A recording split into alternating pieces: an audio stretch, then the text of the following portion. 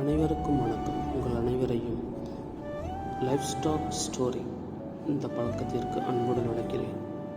இன்று ராஜமரியாதை என்கிற ஒரு கதையை பற்றி பார்ப்போம்.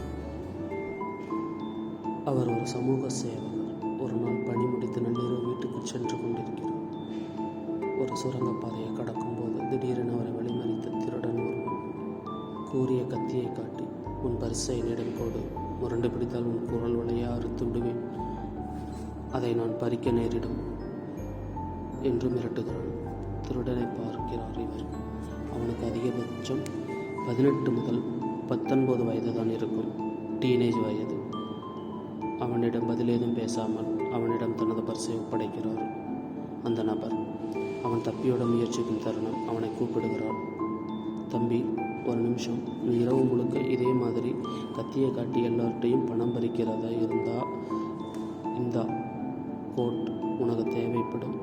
இதை போட்டுக்கோ, ஏன்னா வெளியில் ரொம்ப குளிராக இருக்குது. கூறியவாறே தனது கோட்டை கழட்டுகிறார் அந்த நபர்.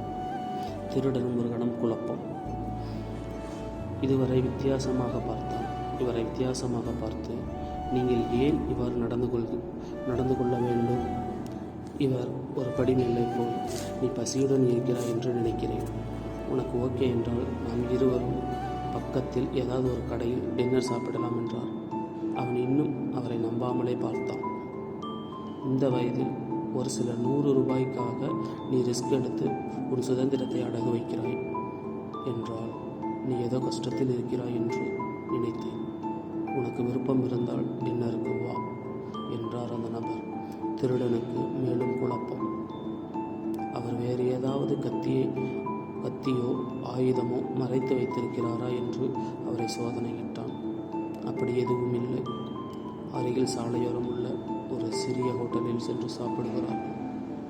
மேனேஜர் முதல் வெயிட்டர் வரை அனைவரும் வந்து இவருக்கு விஷ் செய்கிறார்கள். என்ன இது, உங்களுக்கு இப்படி ராஜ மரியாதை தருகிறார்கள்? நீங்கள்தான் ஒருவேளை இந்த இடத்திற்கு சொந்தக்காரரோ என்கிறான் திருடன்.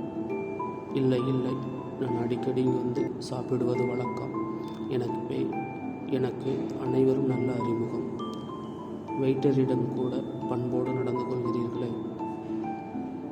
நாம் எல்லோரிடம் பண்பாக நடந்து கொள்ள வேண்டும் என்று உனக்கு பள்ளியில் சொல்லித் தரவில்லையா?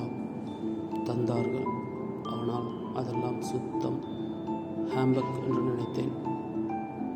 சாப்பிட்டு முடிக்கும்போது என்னிடம் கொடுக்கும் பணம் இல்லை. பர்ஸ் தான் உன்னிடம் இருக்கிறது. பர்ஸை திருப்பி தந்தால் சாப்பிடுவதற்கு பணத்தை செலுத்தி விடுகிறேன் என்று திருடனிடம் அந்த நபர் உன்னையும் கண்ணியமாக நடத்துவேன் என்றார். நியாயமாக இந்த சந்தர்ப்பத்தை பயன்படுத்தி கொண்டு திருடன் பர்சுடன் ஓட்டம் பிடித்திருக்க வேண்டும். ஆனால் அவன் ஓடவில்லை. மாறாக அந்த பர்ஸை அவரிடம் திருப்பி தந்தான். அடுத்து இவர் என்ன செய்தார் என்று தெரியுமா? உனக்கு ஓகே என்றால் இந்த கத்தியை நான் வாங்க விரும்புகிறேன் என்று கூறி இருவர் சாப்பிட்டதற்கு பணத்தை தந்தது மட்டுமல்லாமல் அந்த கத்தியை திருடனிடம் ஒரு நல்ல தொகை கொடுத்து வாங்கிவிட்டார். ஒரு திருடனை மாற்றியது போலவும் ஆச்சு, தன்னை காத்து கொண்டது போலவும்